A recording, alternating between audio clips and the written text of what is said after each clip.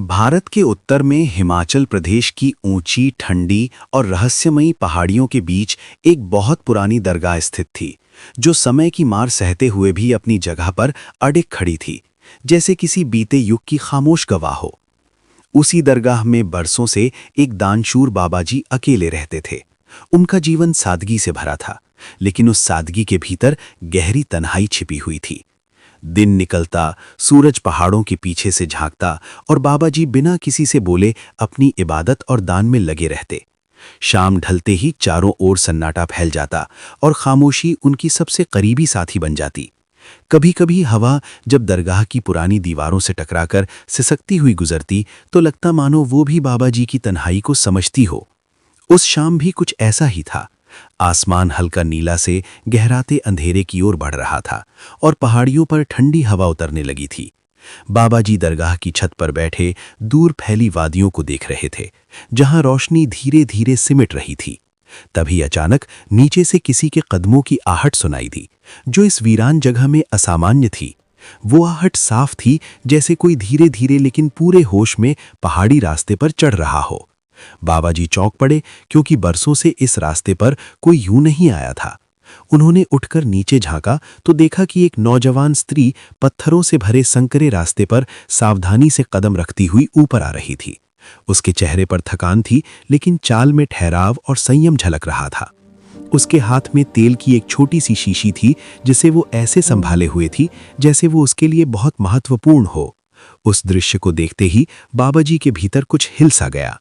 बरसों से जमी उदासी, जो उनके दिल के किसी कोने में जड़ पकड़ चुकी थी, अचानक हलचल में आ गई।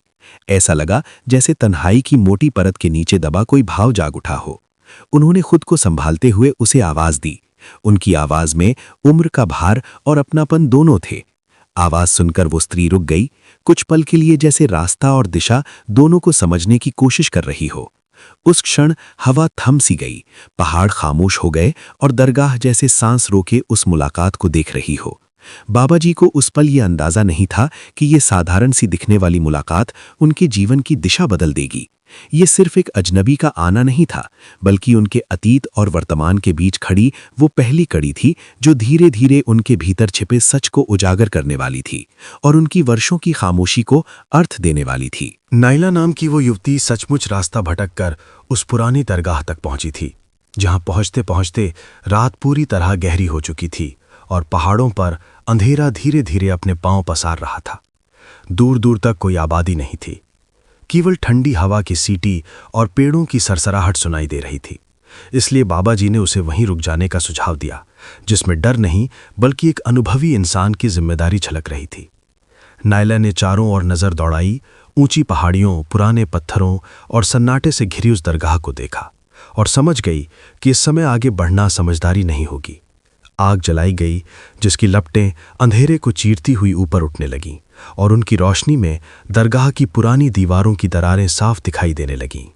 उसी आग के पास बैठे बैठे दोनों के बीच एक ऐसा संवाद जन्म लेने लगा, जिसमें शब्द कम और एहसास ज्यादा थे।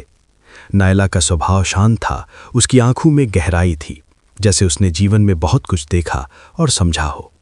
अपने काम के कारण वो लोगों के दर्द को केवल सुनती ही नहीं थीं, बल्कि महसूस भी करती थीं, और यही वजह थी कि वो बिना सवाल किए बाबा जी की बेचैनी को समझने लगीं।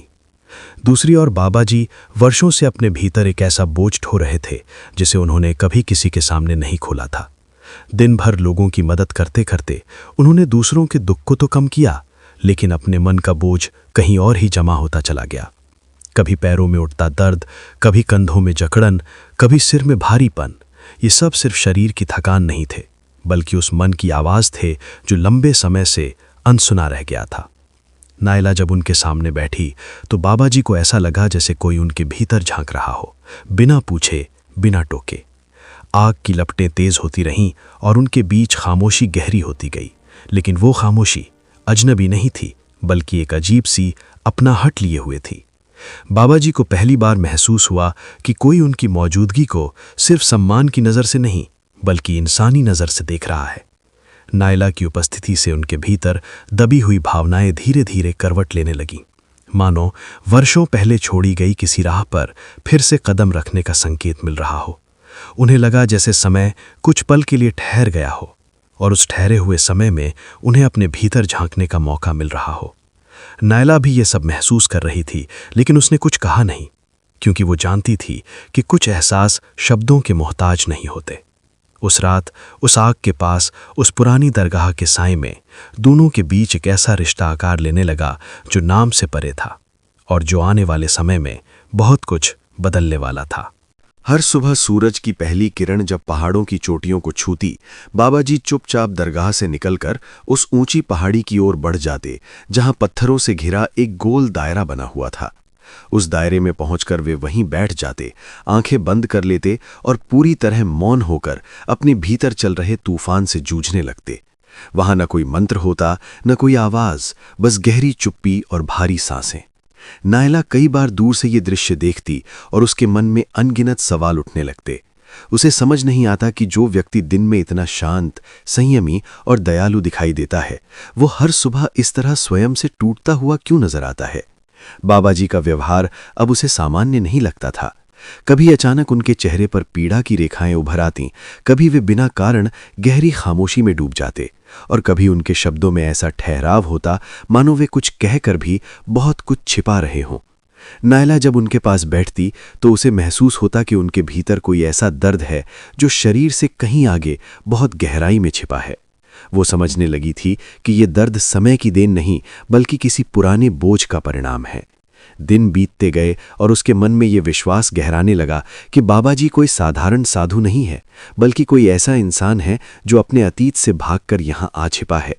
शायद ये पहाड़, ये दरगाह और ये एकांत उनके लिए शरण नहीं, बल्कि सजा थे। दूसरी ओर बाबा जी स्वयं भी भीतर ही भीतर बिखरते जा रहे थे। नायला की मौजूदगी उनके लिए सुकून नहीं, बल्कि आईने की तरह थी, जिसमें वे बार बार अपना दबाया हुआ सच देख लेते थे। उसकी आंखों की गहराई, उसकी खामोशी और उसका ठहराव उन्हें उस जीवन की याद दिलाता था जिसे उन्होंने कभी जानबूझकर पीछे छोड़ दिया था।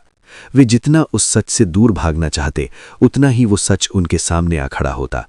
हर सुबह गोल दायरे में बैठते समय उनका पश्चाताप और गहरा हो जाता, क्योंकि अब वे सिर्फ अपने लिए नहीं, बल्कि उस इंसान के लिए भी टूट रहे थे जो अनजाने में उनके जीवन में लौट आया था।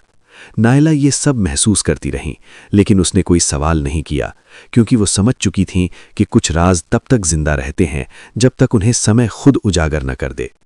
एक दिन ऐसा आया जब बाबा जी का संयम पूरी तरह टूट गया और वर्षों से दबाया हुआ सच आंसुओं के साथ बाहर आ गया। उस सुबह पहाड़ों पर बादल छाए हुए थे और हवा में एक अजीब सी भारी उदासी घुली हुई थी। बाबा जी देर तक खामोश बैठे रहे, फिर अचानक उनकी आंखों से आंसू बहने लगे, जैसे भीतर जमी कोई पुरानी दीवार दरक गई हो।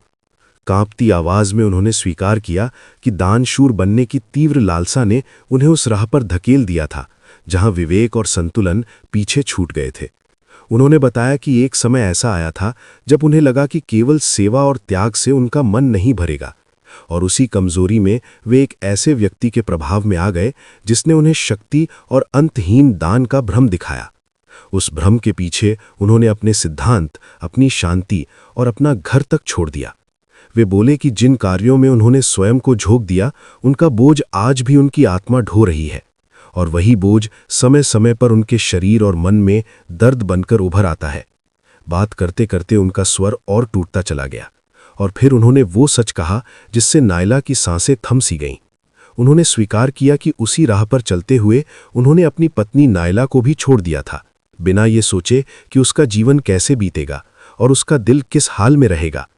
ये सुनते ही नायला जैसे जड़ हो गई। उसके चेहरे का रंग उड़ गया और आंखों में वर्षों से जमी भावनाएं एक साथ उमड़ आईं। वो स्त्री जिसे वो अब तक एक संयोग मान रही थी, वही जीवन था जिसे बाबा जी ने कभी पीछे छोड़ दिया था, और बाबा जी जिन्हें वो एक साधु समझ रही थी, वही इंसान थे जिसने उसे सबसे गहरी तन्हाई दी थी। उस क्षण शब्दों का कोई अर्थ नहीं रह गया था, केवल सच्चाई थी जो दोनों के बीच खड़ी थी, कड़वी, भारी और असहनीय। ये स्वीकारोक्ति सिर्फ एक रहस्य का खुलना नहीं थी, बल्कि दो टूटे हुए जीवनों का आमना सामना था, जहां पछतावा, पीड़ा और सच एक दूसरे में घुलकर बह रहे थे, और जहां पहली बार दोनों को ये एहसास हो रहा था कि भागने से नहीं बल्कि सच का सामना करने से ही आगे का रास्ता खुल सकता है। बारिश की हल्की हल्की बूंदें जब पहाड़ों पर गिर रही थीं और चारों ओर गहरी खामोशी पसरी हुई थी, उसी मौन के बीच नायला ने धीरे से बाबा जी का हाथ थाम लिया, बिना कोई शब्द कहे, बिना किसी शिकवे या सवाल के। उस स्पर्श में न आरोप था न अपेक्षा, बल्कि केवल वो समझ थी जो लंबे इंतजार और भीतर जमी पीड़ा से जन्म लेती है। नायला जान चुकी थीं कि वर्षों की दूरी, चुप्पी और त्याग का जवाब शब्दों से नहीं बल्कि स्वीकार से मिलता है। बाबा जी के लिए वो पल किसी दान या तपस्या से बड़ा था, क्योंकि पहली बार उन्होंने अपने भीतर के सच को पूरी तरह स्वीकार किया था, बिना उसे छिपाए, बिना खुद से भागे। उन्हें ऐसा लगा जैसे वर्षों से जो बोझ वे अपने कंधों पर ढो रहे थे वो अचानक हल्का हो गया हो और सांसें खुलकर आने लगी हों। अब गोल दायरे में बैठना उनकी मजबूरी नहीं रहा था, न ही वो जगह सजा जैसी लगती थी, क्योंकि वे अपने गुनाह से मुंह मोड़ना छोड़ चुके थे और उसे समझकर पीछे रख देने का साहस कर चुके थे। पहाड़ की वही चोटी जो कभी उन्हें डर, पश्चाताप और तन्हाई का एहसास कराती थी, अब उन्हें ठहराव और संतुलन देने लगी थी। बारिश की बूंदें उनके चेहरे पर गिर रही थीं, लेकिन अब वे आंसुओं से भारी नहीं थीं, बल्कि किसी भीतर धुल जाने वाले पुराने दर्द की तरह थीं। नायला पास बैठी थीं, शांत और स्थिर, जैसे ये बताने के लिए कि जीवन में सब कुछ टूट जाने के बाद भी यदि इंसान सच के साथ खड़ा हो जाए तो आगे का रास्ता फिर से बन सकता है। उस पल दोनों ने समझ लिया कि क्षमा कोई शब्द नहीं बल्कि एक अवस्था है, और शांति बाहर से नहीं भीतर से आती है। पहाड़, हवा और बारिश उस मौन के साक्षी बने रहे, जहां डर और तन्हाई की जगह आत्मस्वीकृति और सुकून ने स्थायी ठिकाना बना लिया था, और जहां एक लंबे भटकाव के बाद इंसान फिर से इंसान बन पाया था।